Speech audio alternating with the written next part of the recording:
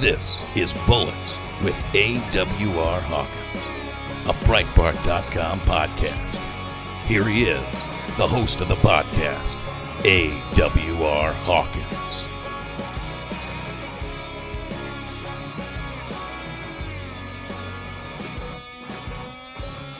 Folks, welcome to Bullets with AWR Hawkins. This is a Breitbart News podcast where we focus on guns, gun rights, the Second Amendment. We sum these things up under the banner of freedom. We do that every week, and we do that because an armed citizen is a free citizen. It's as simple as that. Glad to be with you and glad you're with me. Thank you, folks, for all the interaction we had this week via email, via Twitter, via Instagram. I love interacting with you guys. Love hearing about the new guns you're getting, the guns you're carrying, the holsters you're using. So keep that up. Reach out to me anytime with that kind of stuff. Send pictures. You can reach me at AWR Hawkins at Breitbart.com. I'll say it again. AWR Hawkins at Breitbart.com. A lot of you guys, when you'll acquire a new gun or a new means of carry, you'll send a picture. And keep it up, man. Love having the interaction with you. Look, folks, we got a lot of news this week. One of the first things that's on my mind is we had a big ruling out of California where you're not used to having, honestly, any pro-gun stuff to talk about. We had the Ninth Circuit Court of Appeals, a 3-judge panel from that court, actually upheld a ruling that blocks a high-capacity magazine ban. You may recall that a high-capacity magazine ban was to go into effect in California on July 1, 2017. It was blocked by a district judge on June 29th, 2017. And that judge's ruling was upheld by the 3-judge panel. Now, what that means in the short term is this. If you live in California and you have a high-capacity magazine, you're still legal, as long as you don't live in one of the cities, of course, that has chosen to ban them. But as far as state law goes, you're still legal. Now, what will the state do? Well, the state can now appeal this if they want and have the entire court hear it and say, look, the 3-judge panel was not enough. We want it heard en banc. And if they do that, the entire court will hear it. And I'm not sure what the odds of it surviving an entire Ninth Circuit are, but we'll see. Now, what happens then? Well, the Ninth Circuit rules to either uphold the ruling as the 3-judge panel did, or they rule to reverse the ruling. And if they do that, then gun rights groups, and I'm guessing NRA, Second Amendment Foundation, and California Rifle and Pistol Association will come out against that and seek an appeal that will go to the Supreme Court, which means the nomination of Kavanaugh couldn't be more important. Brett Kavanaugh's position on the court will be pivotal at that moment. So this is a good time to remind you. If you're not writing, calling, tweeting your senators regularly right now, you need to get to it. Your senators need to know, hey, we want Brett Kavanaugh on the Supreme Court. We want his nomination confirmed as soon as possible. Not in 4 months, not in 6 months, not first thing next year. No, soon as possible. Call your senators, tweet, email, and handwrite them. Do it. Take the time. Get it done. We need a groundswell. We really do. We need them to see grassroots support for Kavanaugh. All right? Couldn't be more important. In other news, we have David Hogg. You're going, David Hogg, that seems familiar. I'm trying to remember. David Hogg was the guy who for a little while was pretty popular. Remember him? When he had a little bit of momentum coming out of the Parkland school shooting, and he was using that shooting as a platform for personal promotion and for the pursuit of gun control. You know, he was popular for 2 or 3 weeks after that, or maybe it was 2 or 3 months. I'm not sure. I'm not trying to take anything away from his 15 minutes of fame there, but he's kind of lost all his momentum, and he's out now just bashing the idea of the hashtag walkaway movement. You've seen it on Twitter. The walkaway movement it's a movement where people who formerly were Democrat are now coming out and going, hey, I'm leaving the plantation. I'm done.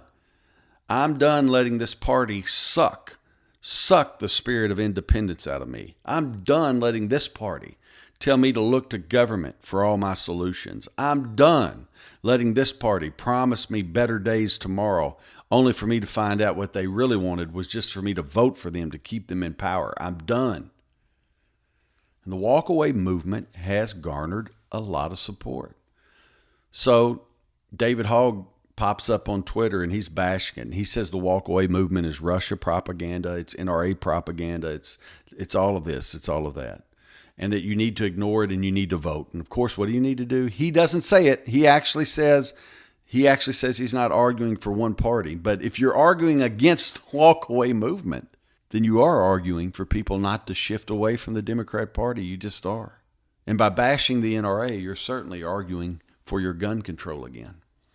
And he wants voters to show up and voice their gun control support in November. That's the bottom line. Here's the problem. The Gallup survey for July shows what?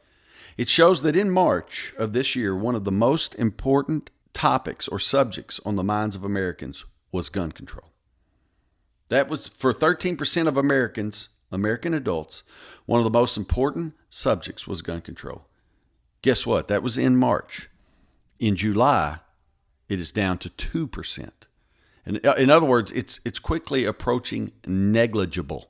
That's not good news for David Hogg and people who think like him. It's really not. Because what's going to happen, and I predicted this on Breitbart News Nightly when I was on with, I believe, my two colleagues, Rebecca Mansour and Joe Pollack, within 2 weeks of the Parkland school shooting and all of the gun control pushes and the bashing on the NRA and everything that was happening after that. I believe it was within 2 weeks of that shooting, which took place February 14th, 2018, I predicted this will all backlash. And it's going to save some Republicans from defeat who otherwise would have faced defeat. They're going to be saved because the American people are going to rebel against the gun control push. And David Hogg doesn't understand that. Now, he's not experienced enough in life to understand these things, and everybody pointed that out when the media started propping him up as the gun control spokesman of the nation. He doesn't understand life. He talks over his own head. And so what we've got here is Hogg is now urging people to show up and vote for gun control. He's on a tirade against people who are leaving the Democrat Party to get to a party of independence. He is going wild over this. And what he doesn't understand is the more he makes noise here and the more people like him make noise, the more people are going to show up to vote, not for the Democrats, no, but against them, because they're going to vote against gun control. Again, in March, 13% of American adults held gun control as one of the most important issues we needed to address. In other words, the need for gun control. That's what they thought. 13% in March. In July, that number has dropped to 2%, almost negligible. I'm just going to say it again. I think I've said it for years. I know I have. Gun control is a big loser for the Democrats. It's a big loser. You don't think I'm right? Ask Hillary Clinton. Ask Hillary how November 2016 worked out for her and then get back to me, all right? Let's do that.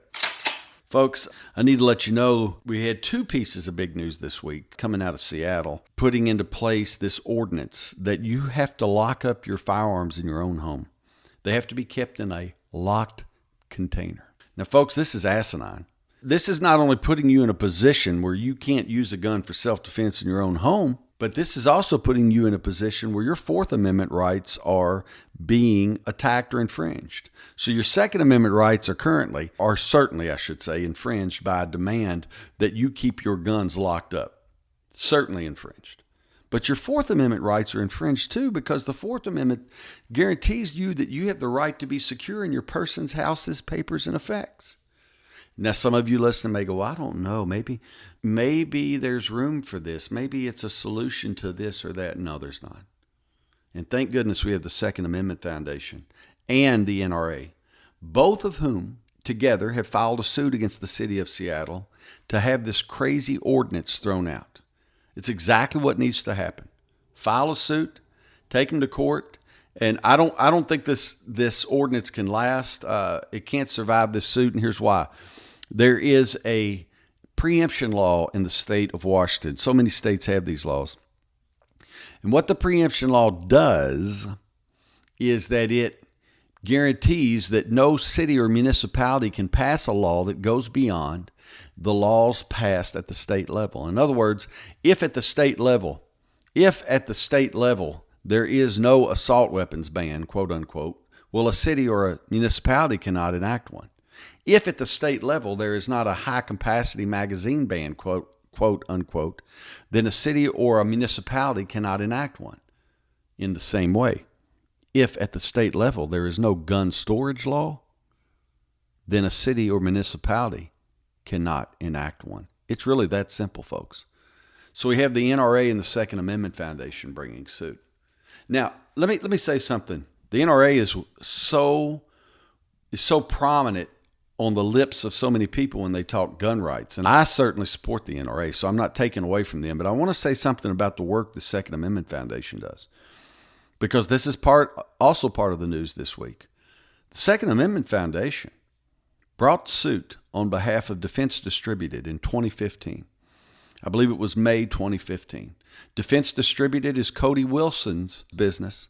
And what Cody was doing was he was sharing files online, instructions, information, programs on how to do 3D printing of firearms. Obama's DOJ shut him down. They shut him down. You can't share this stuff. You can't share this stuff. So Cody and the Second Amendment Foundation, on behalf of Cody, filed suit against the Department of Justice. That's a pretty gutsy move. And guess what? They won. The Department of Justice reached a settlement with them. And as part of that settlement, Cody can upload information to the internet on 3D printing, but it goes far beyond that. He can upload information on gun parts and different things. Matter of fact, we're going to do this. I'll just go ahead and say it. Our guest this week is Cody Wilson, and he's going to explain these things to you. So I do not want to get into this too much right now. But in the second segment of this podcast, Cody will be talking to you. This is a monumental moment. You can hear it in my voice. I want to keep talking. I got to rein myself in here. We'll let Cody do it, but I'm just going to tell you, folks, if you have not understood what the DOJ settlement with Defense Distributed and the Second Amendment Foundation means, if you haven't understood it yet, do not miss the second segment of this podcast, okay? Do not. Let me just cover just a bit more news before we transition and go to Cody. I think I'll just go with Bruce Rauner, the governor in Illinois. I like to refer to him in this way. With Republicans like this, who needs Democrats? That's the best way that I know to speak of this governor. He signed this week gun confiscation law and a 72-hour wait for gun purchases. Now let's handle these two things separately. Now the gun confiscation law, this is another thing. People emerged from the February 24th Parkland school shooting wringing their hands. What can we do? What can we do? Now, I have no intention of making fun of people for asking what can we do, because it seems rational to me to look at an event and go, you know what can we do? But see, what we have to understand is that question is preceded by another question that folks rarely ask. They run right past it. And the first question is, what happened and why? So it's a compound question. What happened and why? Now here's the deal. The Parkland school shooting, here's what happened. A gunman who legally owned his gun, who acquired it via a background check, that gunman went into a school and started shooting. That's what happened. So it's a legally manufactured, legally owned firearm, acquired legally via a background check. No laws broken. Now, he went into a school and opened fire. So then we go to the second half of that first question. What happened? We've answered. Why? No one can shoot back at that school, folks. It's a gun-free zone. I could say the same thing if we backed up to Sandy Hook. December 14, 2012. What happened? A gunman stole guns. They were legally owned guns, by the way. They had been acquired by the gunman's mother via background checks. The guns were registered in her name. All that gun control had been complied with. Then he stole them. He killed her. Then he went to the school and he killed 26 other people. That's what happened. Why? Well, Sandy Hook was a gun-free zone. No one could shoot back. See how this works? You're starting to see a pattern. Let's think about the Orlando Pulse shooting. That was June 12th, 2016. What happened? That gunman used legally owned guns. He acquired the rifle via a background check. He acquired the handgun via a background check and a waiting period. And then he went to Pulse nightclub and he killed 49 people. That's what happened. Why? Pulse nightclub was a gun-free zone. No one could shoot back. Now, that's not the only reason why, but I'm just saying this is part of it. You go to the December 2nd, 2015 San Bernardino shooting. You had two gunmen. Well, a gunman and a gunwoman. They both had rifles that had been legally acquired. They were legally acquired by someone else and then borrowed by these people or taken by them. I can't remember, but they were legally acquired originally.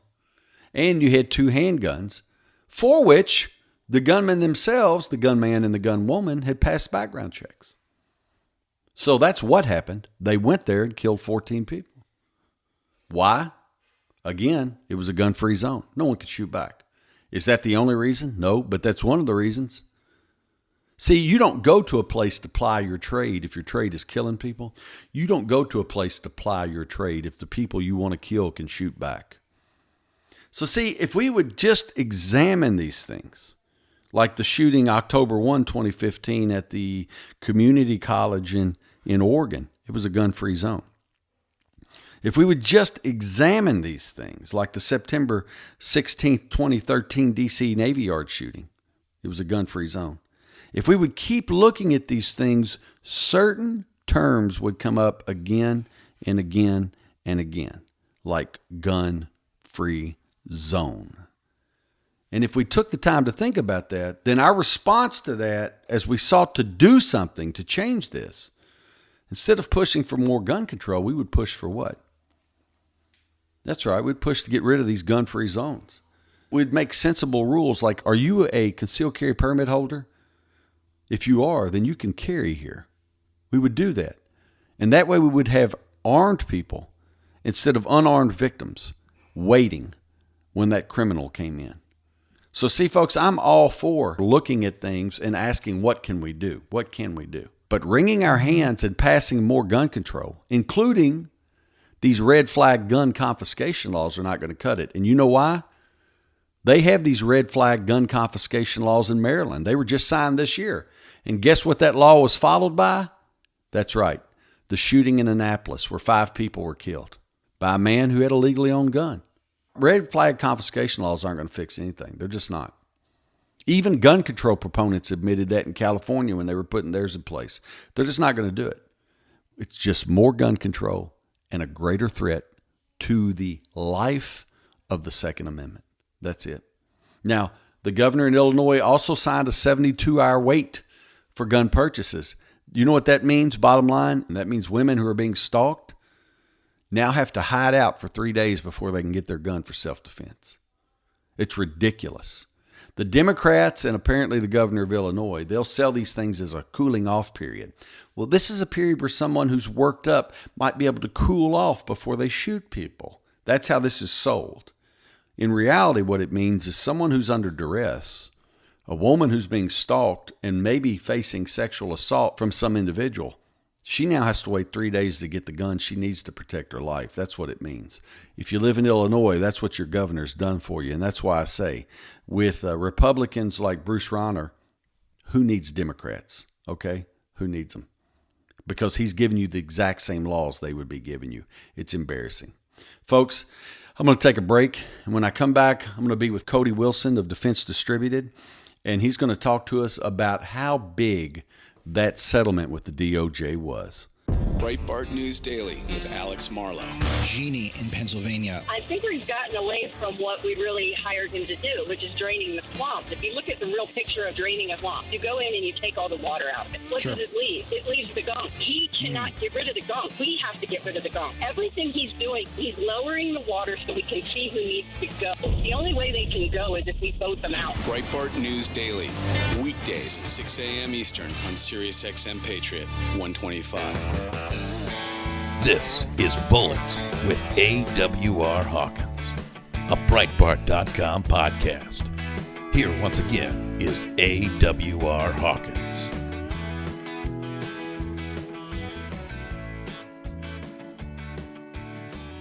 Hey folks, welcome back to Bullets with AWR Hawkins. Listen, have a great guest this week. Defense Distributed's Cody Wilson. You've heard me talk about him maybe even a year ago. Maybe he was a guest and we talked about his Ghost Gunner and his follow-up Ghost Gunner. And there's a lot of stuff in the background with Cody and with Defense Distributed. And one such thing is the fact that the DOJ under Obama, the DOJ shut him down as far as being able to share his knowledge online, downloadable files for printing, 3D printing for guns, gun parts, and these things. He and the Second Amendment Foundation, they filed a suit in 2015, and we wrote at Breitbart that the DOJ relented on it. They reached a settlement. And now Cody, going forward, can share what he knows on the internet, 3D files and other things. He'll clarify all this, but I just wanted to catch you up. It's just so good to have Cody on at a time like this, and I love what he does. He's not just a gun maker, or he's not just a guy who is pursuing freedom of speech. He's a friend. I want to say that up front, but glad to have him with us. Cody, thanks for making a little time. Hey, man, thank you for having me. Thanks for those kind words. You know, it was so awesome when I spoke to you after the settlement was reached, and you're like, hey, the age of the downloadable gun has begun. But I hear that, but what is it telling us? Like, what should listeners understand? What has changed now that this settlement has been reached? Well, and you're going to continue to hear this week, Democrat politicians and other people reporting the news say, well, this is about 3D printed guns, and they're weird and dangerous, and this is actually not the case. Like, the facts of our case began with the fact that I made a 3D printed gun.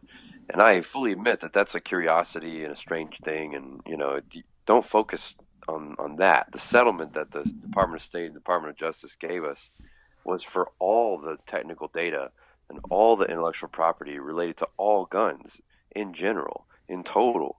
And basically, the government said, you know, we aren't in the business of regulating this information, and Americans have an unrestricted right to share this stuff online.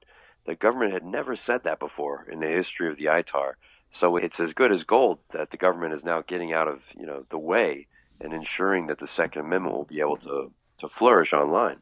When you say gun parts and this and that, just explain, walk the listeners through it. Tell me, you say the Second Amendment will flourish online. How will it flourish online? Well, in the same way that like YouTube really brought up a bunch of gun personalities and, you know, video content and culture, like we could share and know and how everybody did everything and learn what the new cool thing is and see how everybody uses things.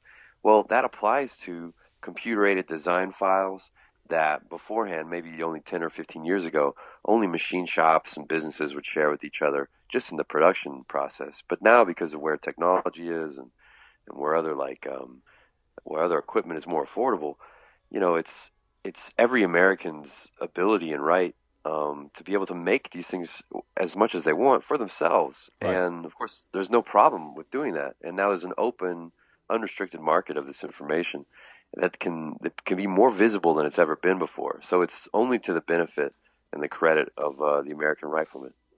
So let me ask you this: what you're saying is, now I can look online, myriad files, and perhaps not only could I download a way to make a trigger to drop into my AR-15 or whatever gun, but let's say AR. Not only could I find a way to make that trigger, but I might be able to look at that file and find a way to make that trigger better. And I might start making that trigger better and selling it to some buddies. I'm just throwing out ideas. What you're saying is that kind of world has opened up to us. That was a world that was already upon us in a sense, especially as we could see in other cultures. But like our industry, it lags a little behind others sometimes.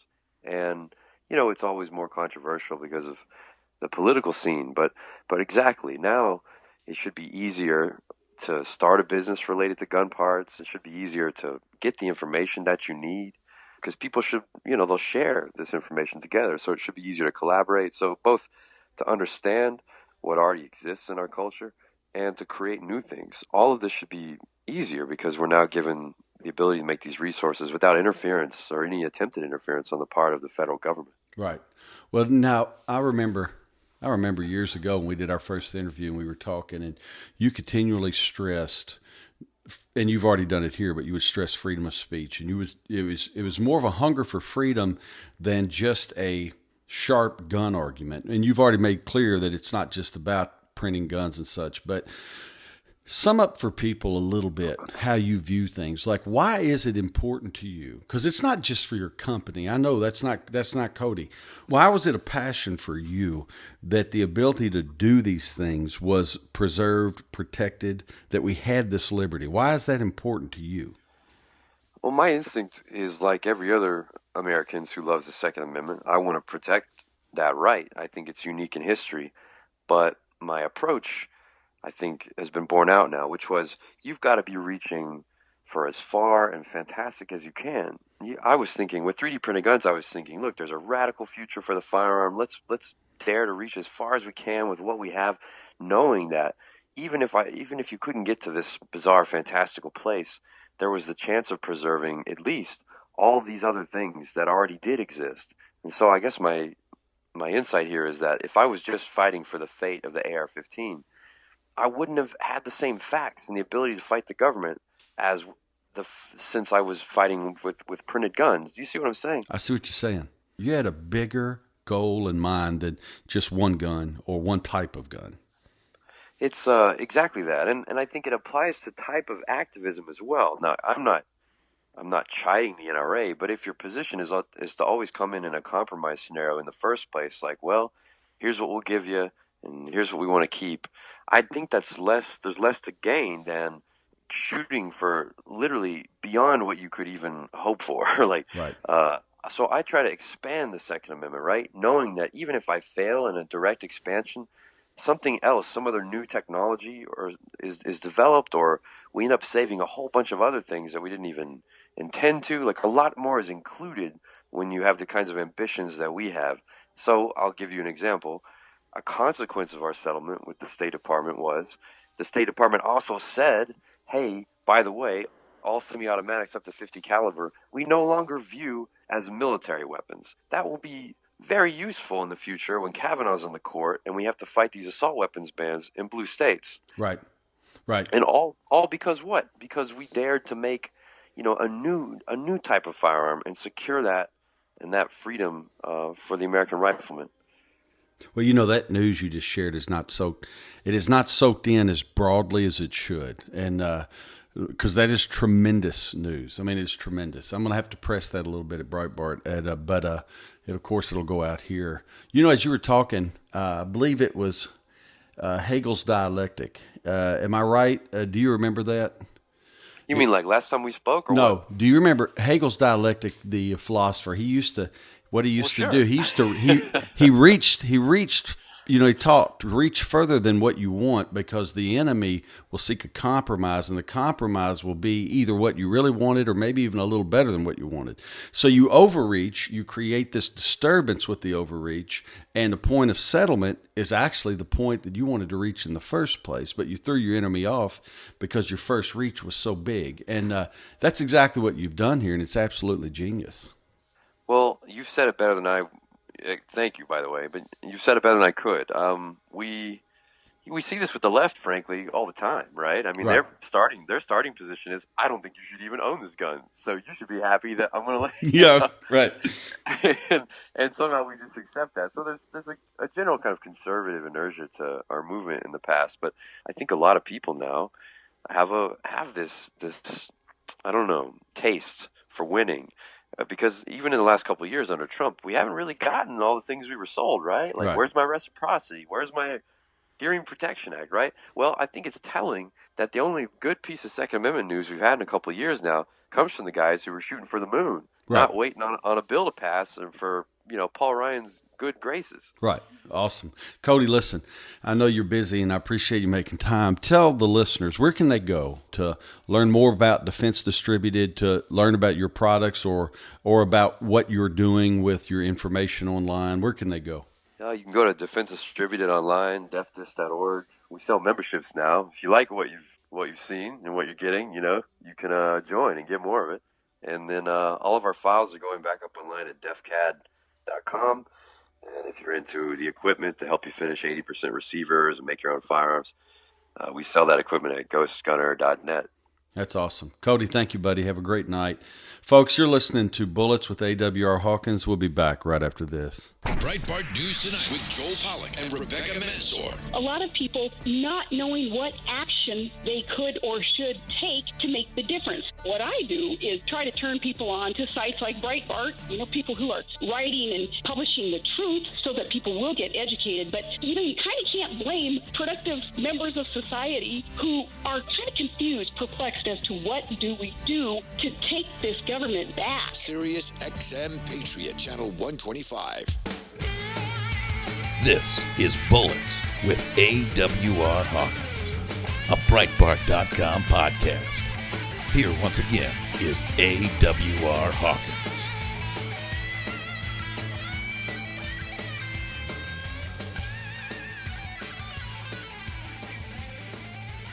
Welcome back to Bullets with AWR Hawkins. This is a Breitbart News podcast.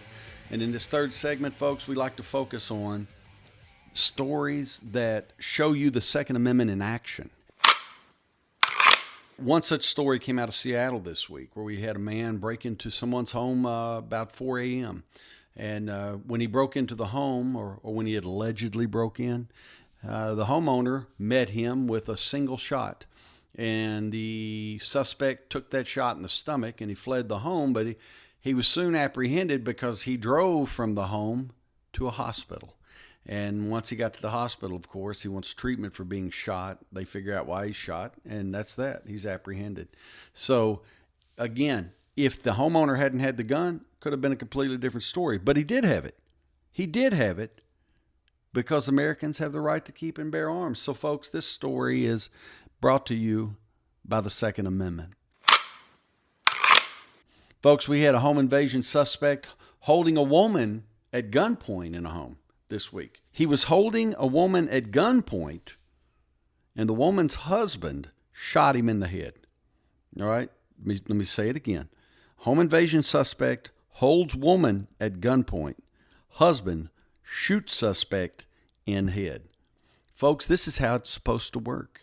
Not that a criminal holds you at gunpoint. That's not how it's supposed to work.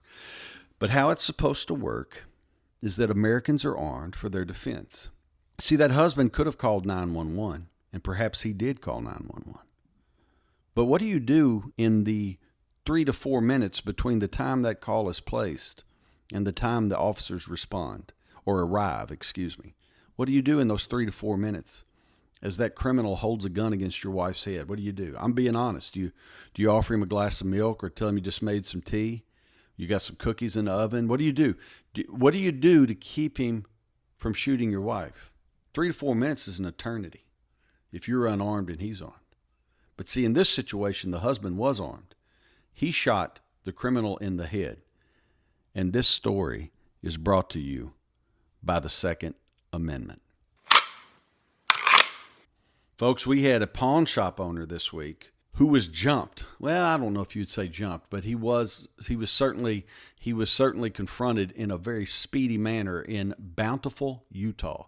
Now, this particular armed robbery attempt happened a couple of months ago, but police just released the surveillance video on it. We grabbed it at Breitbart. We put it up.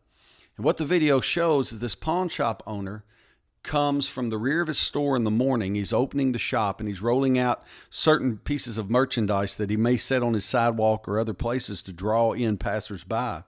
And as he's rolling a bicycle across the floor, the front door swings open. In comes one suspect armed with a hammer. In comes a second suspect armed with a gun. The suspect armed with the gun points it directly at the pawn shop owner. It's a full-on assault. It's happening quick. I mean, bam, bam, bam, bam, happening quick. But before the man with the gun could shoot the pawn shop owner or otherwise harm him, the owner was able to slip back. He turns a corner, draws his own firearm. And when the suspect chases him down, the pawn shop owner opens fire, shoots him. Now, the suspect stumbles toward the owner just a little bit. So you could say the attack continues, but all that's happening is that the life is leaving the suspect. He was fatally wounded. Within a couple of seconds after being shot, he was dead. That's it. If that pawn shop owner had not had that gun, what would we be talking about today? What would we be talking about? Would he have been shot to death or would he have been beat to death with that hammer? Who knows? But he did have a gun. He did have a gun. And he was able to save his life, his business, and to go home to his family that night. And folks, this story is brought to you by the Second Amendment. Folks, we had a guy who saw people taking his truck. They're carjacking his vehicle. All right? And he tries to chase them down. We had this story this week. You know what? As I'm telling these stories, I'm reminded that it was just a week and a half ago that Gabby Gifford's gun control group told us that the good guy with a gun theory is a myth. Do you remember that? We covered that. Maybe it was 2 weeks ago. It was only that long ago that this was all a myth. And now what? I'm running through so many stories that I have to be sure I slow down when I speak because I have so much material to throw at you. And we do this every week. A good guy with a gun, stopping a bad guy with a gun is not a myth. It's a daily occurrence. And it doesn't happen 10 times a day. It doesn't happen 100 times a day. It happens thousands of times each day. You think I'm wrong? Check me on it. Read Gary Kleck's work on self-defense gun uses. Go ahead, do it. And you'll find out that at a minimum there, I think, are roughly 2,082 such occurrences every day. They don't get reported, not by the establishment media. But at Breitbart, we pick them up and we bring them to you. We can't bring you every one we find. We just can't. But we bring you some of them just so you know your fellow law-abiding citizens are defending their lives every day with guns. So back to this truck owner. His vehicle's being carjacked by 3 suspects. He runs at them wanting to get his vehicle back. What do? They try to run over him. He runs at them again. What do?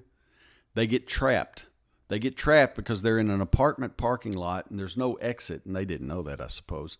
Or they didn't have the code for the gate. However it worked, they're trapped. They get out of the vehicle. They shoot at him. And what does he do? He shoots back. One of the suspects dies right there in the road, the service road, is how they described it. And when I say he dies, here's what I mean. In this quick, it took me a little while to explain it, but in a matter of seconds, he goes from being alive to being dead in the road, and a car coming down the road crashes because the driver swerves to avoid the suspect's body. So when I say he falls in the road, I don't want to give you an image he fell and he's crawling, trying to get up. No, he's there. He's dead. The law-abiding citizen used his firearm to defend his own life and property. And this guy paid with his life. Okay? Folks, that's how it works. Firearms level the playing field. And this story is brought to you by the Second Amendment. Folks, thanks for joining us this week. I mean it. Man, it's great to be with you. And I look forward to all the emails and tweets and Instagram comments we'll share this week. We're going to do some shooting this week with a 308. Going to do some shooting this week with a Kimber K6S. You know I love that gun. Going to do some shooting this week also with the 1911. So I look forward to hearing your comments, having exchanges with you. Again, send pictures of your guns, whatever. AWR Hawkins at Breitbart.com. Love seeing how you guys are carrying guns. Love seeing the kind of firearms you're acquiring. And tell your friends, your family members, your coworkers to tune in. You go to iTunes, subscribe to the podcast right there. It's free. It'll download to your phone every Tuesday. And be sure you go back to the main page of the podcast, Bullets with AWR Hawkins, and give us a 5-star review. We need as many as we can get. We need all the reviews we can get, all right? You folks have a great week. And until we're together again, you remember, more guns equal more freedom. Sonny's Corner with Sonny Johnson. Everything in hip-hop is not bad. Kanye agreed with us, so let's love him today until he raps tomorrow and you turn your back. Because if you jump off when the fun of the moment is over, then you are in fact making Kanye the token he is accused of being. So please, don't do that. Don't go there. Sonny's Corner with Sonny Johnson. Saturday from 1 to 3 p.m. East on Sirius XM Patriot 125.